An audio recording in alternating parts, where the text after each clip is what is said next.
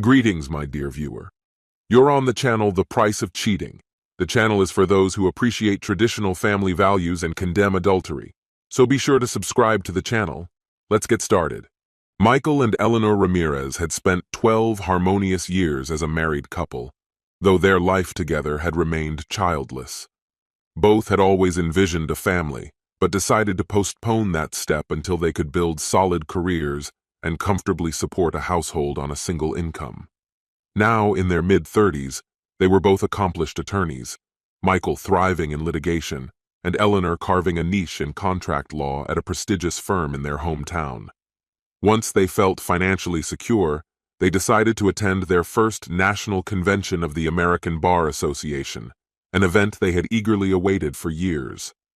The long car ride to the hotel near the convention center gave them a chance to reflect on their future, especially the possibility of having children. They agreed that the time was right, though Eleanor confessed to feeling a flicker of apprehension about the significant change it would bring. Their anticipation for the future, however, took an unexpected twist during the Wednesday evening reception, when events began to spiral out of control. The evening started on a high note. Both enjoyed the vibrant atmosphere and mingled with their peers. Eleanor, in particular, seemed to shine in the lively environment. As the formal part of the event gave way to upbeat music, dancing, and a more relaxed vibe, Eleanor's demeanor grew increasingly playful. Michael recognized this familiar side of her. Her flirtatiousness often led to passionate nights when they returned to their hotel room. She was a strikingly beautiful woman with a vivacious personality, though her unconventional behavior sometimes took others by surprise. In contrast, Michael was reserved and introspective, a trait uncommon among trial lawyers, who often exuded charisma and assertiveness. At social gatherings, he preferred to remain on the sidelines, quietly observing rather than initiating interactions. While he was capable of engaging in conversation when approached, he seldom sought out such exchanges. As Eleanor ordered her fourth mojito, Michael's hand slid up her stockinged leg in an intimate, suggestive gesture. The thought of their return to the hotel filled his mind, especially after witnessing her playful mood throughout the evening. However, his hand paused abruptly when he noticed something missing. Where her black thong should have been, there was nothing. He froze, his eyes locking with hers. The sultry, enigmatic look in her gaze thrilled and unsettled him in equal measure. The light-hearted mood shifted to something unexpected. Leaning closer, Eleanor's posture emphasized her curves as she whispered teasingly, "I want to have some fun tonight, darling." Her tone was light-hearted, and Michael assumed she was echoing his anticipation. "I'm all for it, baby," he replied warmly. But her next words disrupted his confidence. "Take a look around, Michael. Do we know anyone here?" she asked, her voice calm yet deliberate. Michael instinctively scanned the room, his brow knitting. "No, I don't think so. Why?" Her response was strikingly clear. "Because tonight I want to have fun," she said, placing emphasis on I. The implication landed like a jolt. Michael's heart sank, but his years of courtroom experience allowed him to mask his emotions and maintain composure. Trying to make sense of her words, he asked, "What about us? What about our relationship?" Eleanor deflected, much like an attorney redirecting a witness. Instead of addressing his question, she guided his hand closer to her body and asked, "Haven't I been a good wife? In all our years together, have I ever given you a reason to doubt my love or loyalty?" Her voice was steady, her gaze firm. Michael's mind raced. Her questions were pointed and left him with only one honest answer. "No, I've never doubted you. Not until now," he confessed quietly. Eleanor leaned back, her posture a mix of defiance and vulnerability. "I'm ready to start our family," she stated, "but I need these weekends for myself. Come Monday, I'll stop taking my birth control, and we can begin building our future. But tonight, I need this." Michael's thoughts churned.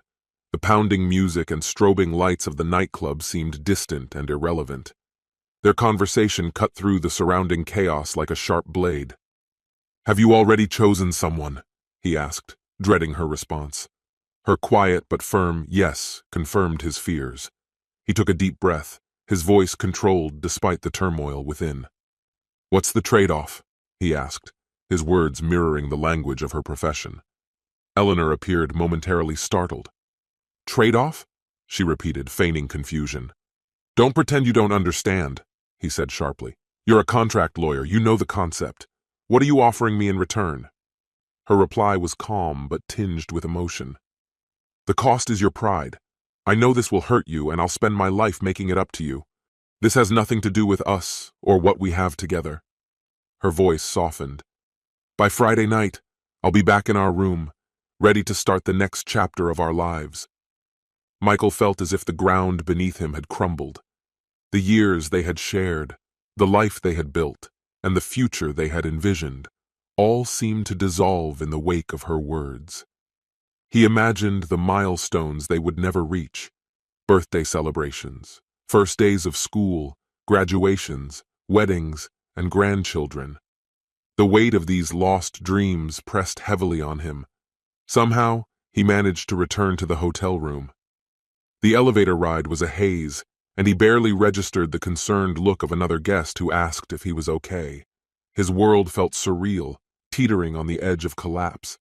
Hours earlier, he had anticipated a passionate evening with his wife. Now, the foundation of their marriage lay shattered. Michael couldn't remember how long he had been frozen on the edge of the bed, his eyes unfocused as they fixed on a blank spot on the wall. Slowly, however, an idea began to crystallize in his mind. With a sense of resolve, he stood up and committed to his plan.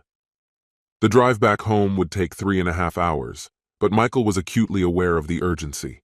He had a 2-day time frame to set everything in motion, and during those 48 hours, Eleanor might as well have ceased to exist. That brief period would have to suffice. The first order of business for the next morning was straightforward: report their joint credit cards as stolen. With a stroke of luck, perhaps a hotel maid would stumble upon Eleanor's forgotten purse and take it without informing anyone. Michael had no desire to touch anything she had left behind in the hotel room. If someone else took the bag, it could buy him just enough time to make his escape before the weekend ended. The divorce itself promised to be uncomplicated and uncontested. They lived in a no-fault state, which made the legal proceedings relatively simple. There were no children, no shared property, and their finances were entirely separate. Both of them earned comparable incomes and contributed equally to their expenses. While the paperwork would be straightforward, the emotional task of rebuilding his life would prove to be a far greater hurdle.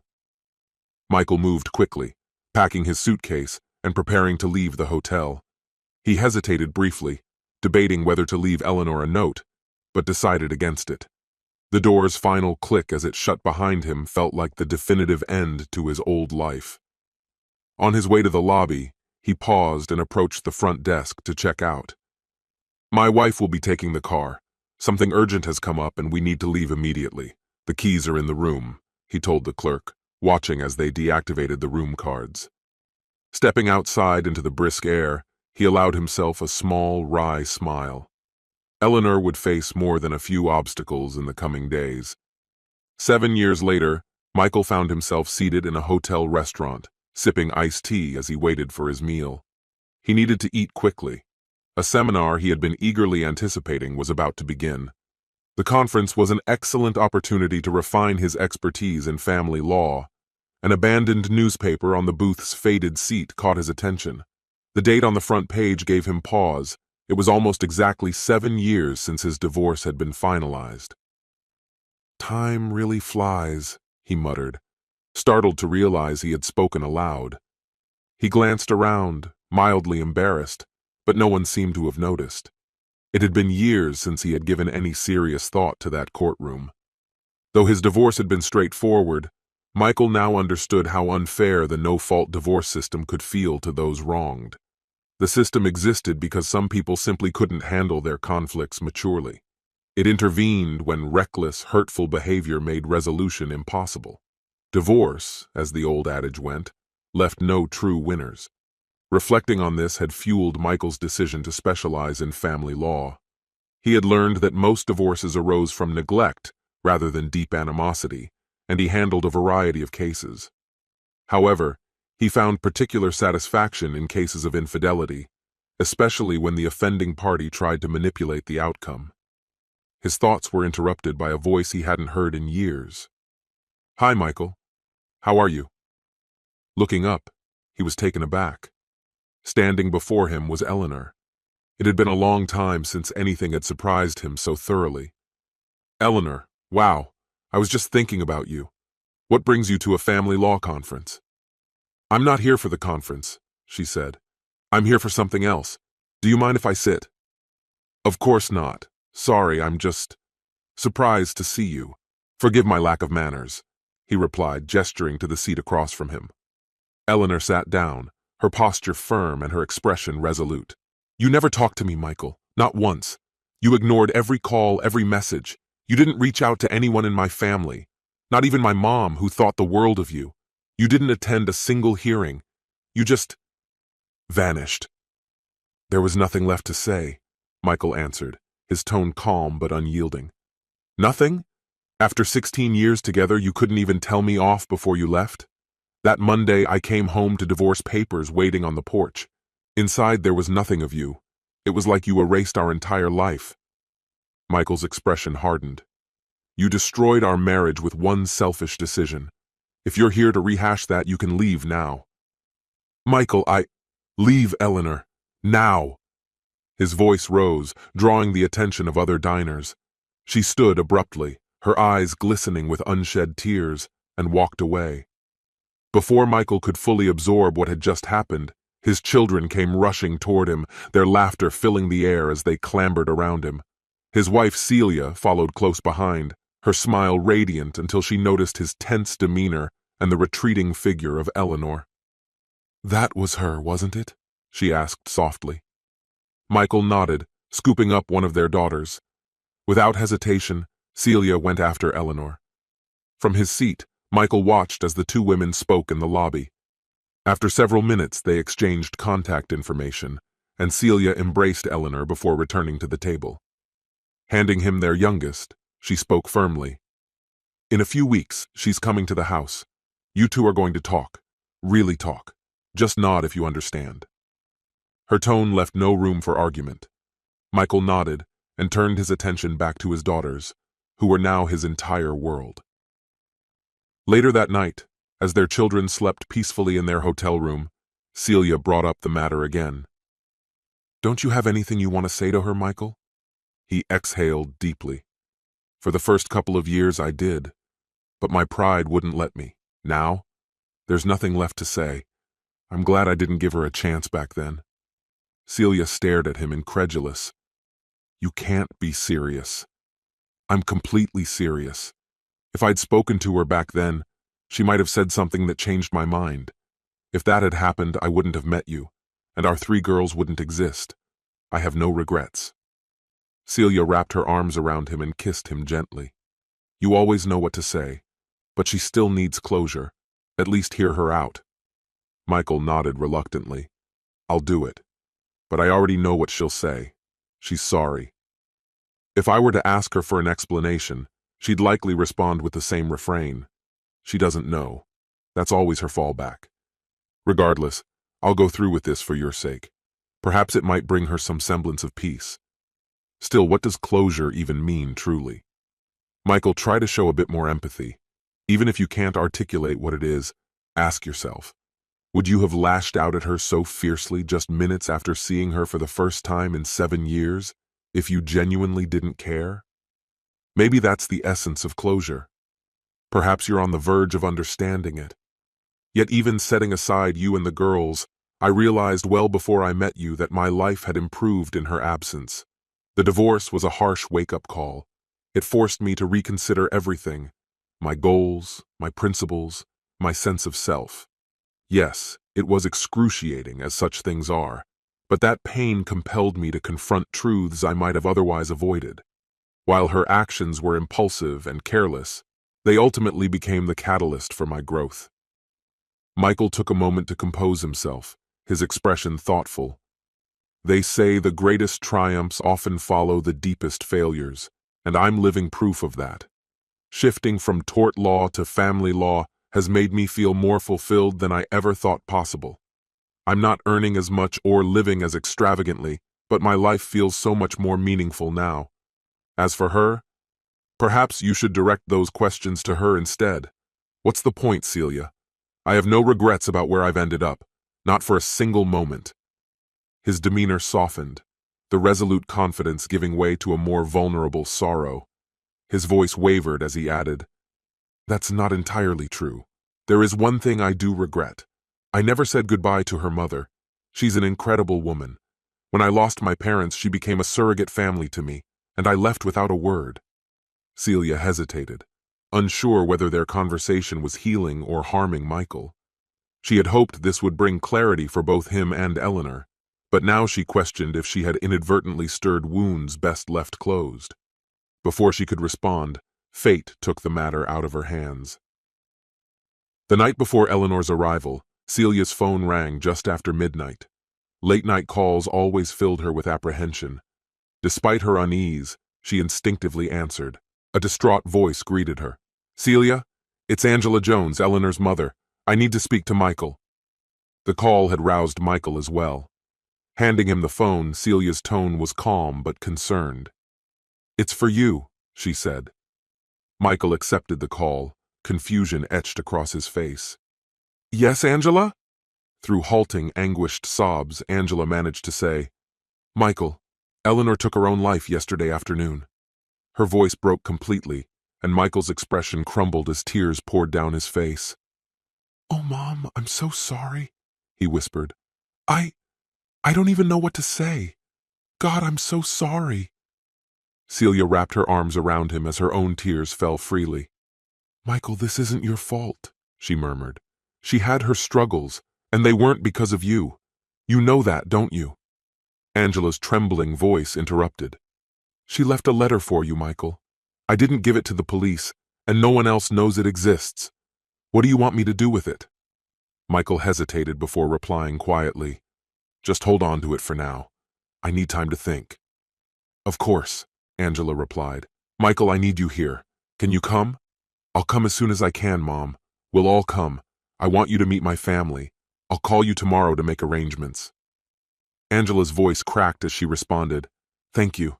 I'll see you soon, sweetheart."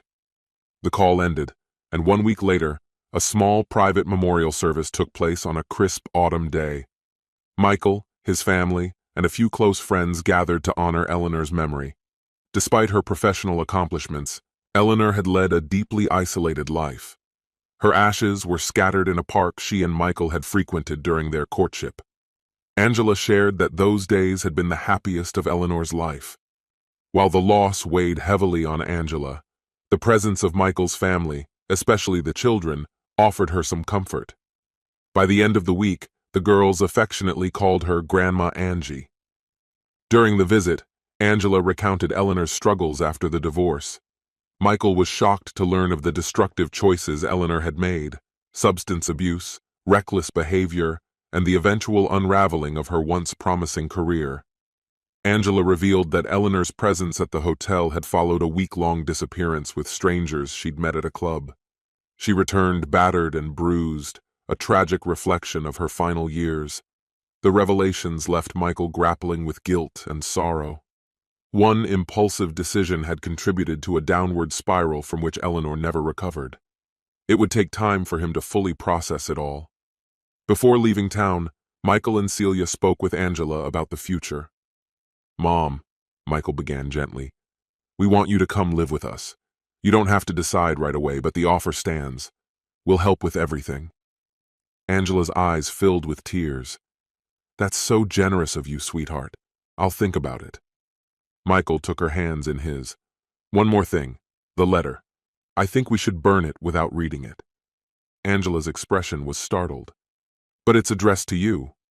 "I know," Michael said softly, "but I don't want it to overshadow the memories I have of her.